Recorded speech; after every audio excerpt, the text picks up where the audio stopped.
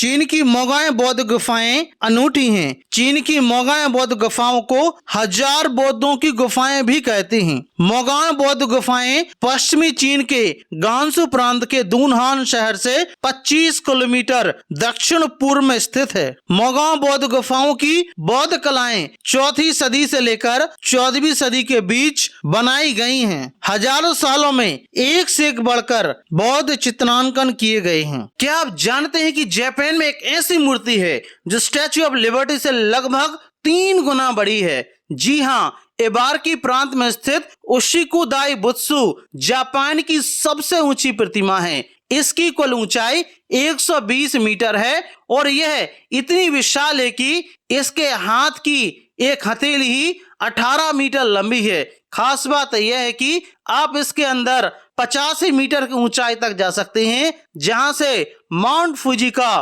खूबसूरत नजारा दिखता है। यह भगवान बुद्ध की प्रतिमा है और इसके चारों ओर साल भर सुंदर फूल खिलते रहते हैं। सेओकगुरम गुफा दक्षिण कोरिया की सबसे अद्भुत बौद्ध धरोहरों में से एक है। 8वीं शताब्दी में बनी यह गुफा सिर्फ एक गुफा नहीं है, यह मनुष्य की बुद्धिमत्ता और आधुनिक तकनीक का एक अद्भुत संगम है, जहां तथागत बुद्ध की शांत और विशाल प्रतिमा स्थापित है। यह गुफा बुलगुक्सा बुद्ध विहार के पास स्थित है और दोनों ही यूनेस्को विश्व धरोहर स्थल हैं। मध्य प्रदेश के सागर में एक ऐसा स्थल है जो कभी बौद्ध धर्म का गढ़ हुआ करता था, लेकिन धीरे धीरे हिंदूवादियों की चपेट में आ गया। हम बात कर रहे हैं गौरी दांत या फिर अशोकागिरी की। एक ऐसा स्थल जहां भी खोदोगे वहां पर आपको बुद्ध की मूर्तियां देखने को मिलेगी। यहाँ पर है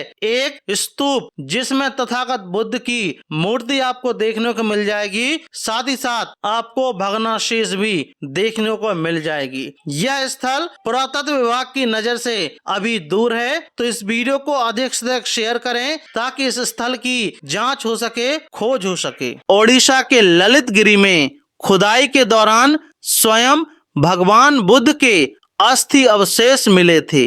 2000 साल से भी पुराना यह स्थल डायमंड ट्रायंगल का सबसे प्राचीन हिस्सा है, जहां मौर्य काल की अद्भुत वास्तुकला आज भी जीवित है। मध्य प्रदेश के सांची के आसपास में छुपा है एक प्राचीन खजाना। यह है सोनारी स्तूप जो 3री शताब्दी ईसा पूर्व का है। यहाँ मिले थे भगवान बुद्ध के पवित्र अवशेष जो इसे बनाते हैं बेहद खास। अगर आपको पहले इस बारे में जानकारी हो तो कमेंट में बताएं। मध्य प्रदेश में स्थित हैं मिट्टी के बड़े बड़े स्तूप। जी हाँ, मध्य प्रदेश के रीवा जिले में स्थित है अत्यंत प्राचीन और ऐतिहासिक स्थल जो लगभग 2000 साल पुराने बौद्ध स्तूपों के लिए फेमस है। यहाँ पर 3 बड़े बड़े बौद्ध स्तूप हैं और 46 छोटे छोटे पत्थर के स्तूप हैं। यहाँ पर धम्म लिपि में शिलालेख भी मौजूद हैं। इसके अलावा करीब 5000 साल पुरानी रॉक पेंटिंग अर्थात शैल चित्र की गुफाएं भी मौजूद हैं। दक्षिण के कन्याकुमारी में मिला सबसे पहला बौद्ध स्तूप पोथेरी कन्याकुमारी जिले में है। पोथेरी में ईंटों की बनी संरचना है। अभय देवी का मानना है कि यह बौद्ध स्तूप है। यदि यह बौद्ध स्तूप है तो भारत के सबसे दक्षिण में मौजूद उधर का पहला स्तूप है। स्तूप के सामने बुद्ध की मूर्ति है।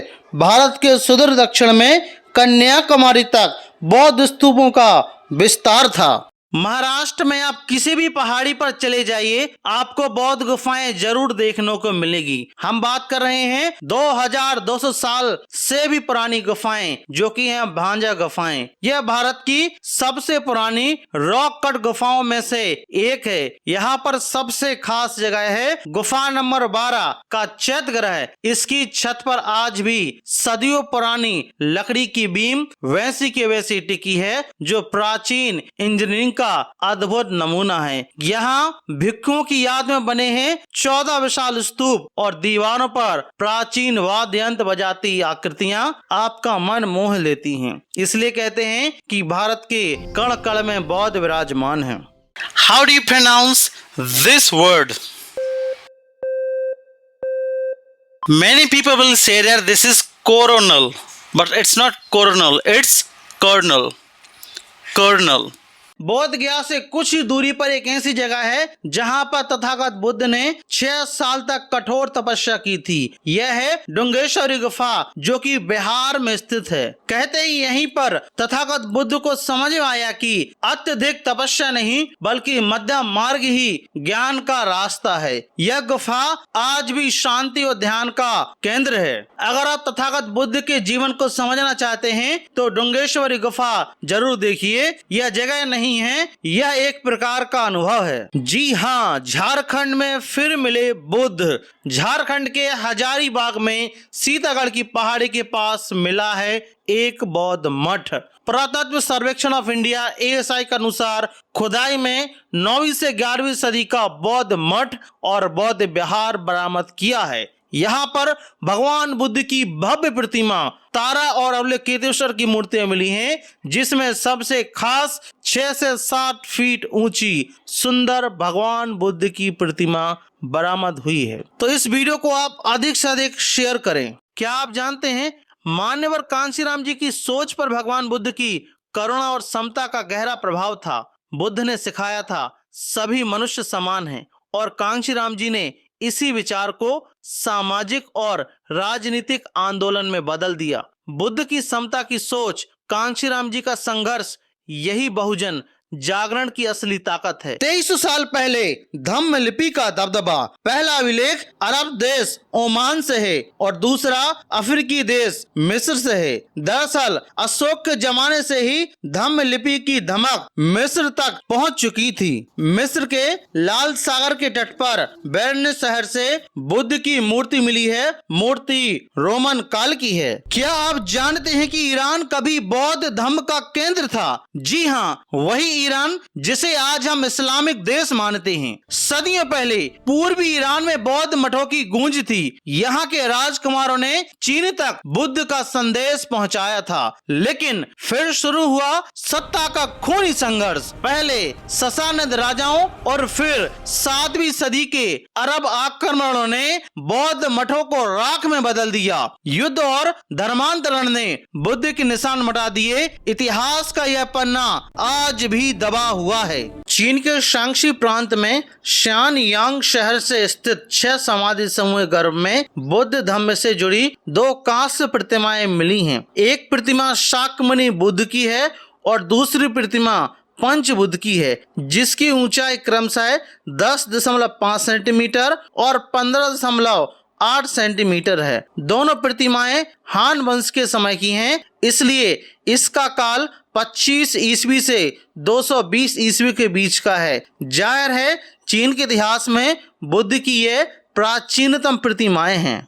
कल्पना कीजिए, एक ही शहर में 2000 से ज्यादा प्राचीन बौद्ध विहार। इस अद्भुत जगह का नाम है बागान, जो कि म्यांमार में है, जिसे एशिया का सबसे खूबसूरत ऐतिहासिक जगहों में से गिना जाता है। 11वीं-13वीं शताब्दी के बीच यहाँ 10,000 से ज्यादा बौद्ध मठ और पगोडा बनाए गए थे। आज भी लगभग 2200 से अधिक बौद्ध विहार यहाँ खड़े हुए हैं। सुबह के समय जब सैकड़ों हॉट एयर बैलून इन बौद्ध विहारों के ऊपर उड़ते हैं तो पूरा आकाश किसी सपने जैसा दिखाई देता है। खान मुस्लिम पदवी नहीं है, यह मुसलमानों से पहले मध्य एशिया में बौद्ध धर्मी राजाओं ने अपनाई थी। चटगांव हिल्स के प्रारंभिक राजा चकमा बौद्ध राजाओं ने भी खान की पदवी धारण की थी, इसलिए बुद्ध की पदवी उधर खान है तो इसमें कोई आश्चर्य नहीं है। खान है तो मुसलमान है, यह जरूरी नहीं है। द ग्रेट कुबलई खान खुद बौद्ध खानदान से थे।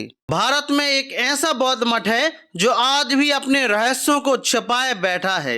यह है रत्नगिरी बौद्ध मठ, उड़ीसा में स्थित, जहां पर 5वीं शताब्दी से लेकर 13वीं शताब्दी तक बौद्ध शिक्षा का एक महान केंद्र था। यहाँ से मिली है बुद्ध की बहुत अधिक खूबसूरत मूर्तियां और विशाल स्तूप और कई ऐसे अवशेष जिनको देखकर आप दंग रह जाओगी। कहा जाता है कि यह स्थान महायान और वज्रयान बौद्ध धर्म का प्रमुख केंद्र था। Stop scrolling, This might be about you. Why do we feel good only when others approve us? A like, a comment, a compliment, and suddenly our mood changes. But here's the danger.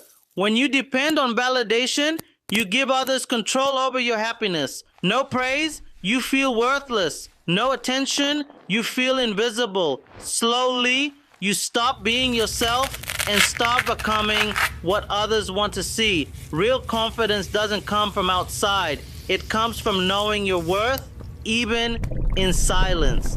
So next time you seek approval, pause. Ask yourself, am I living for them or for me?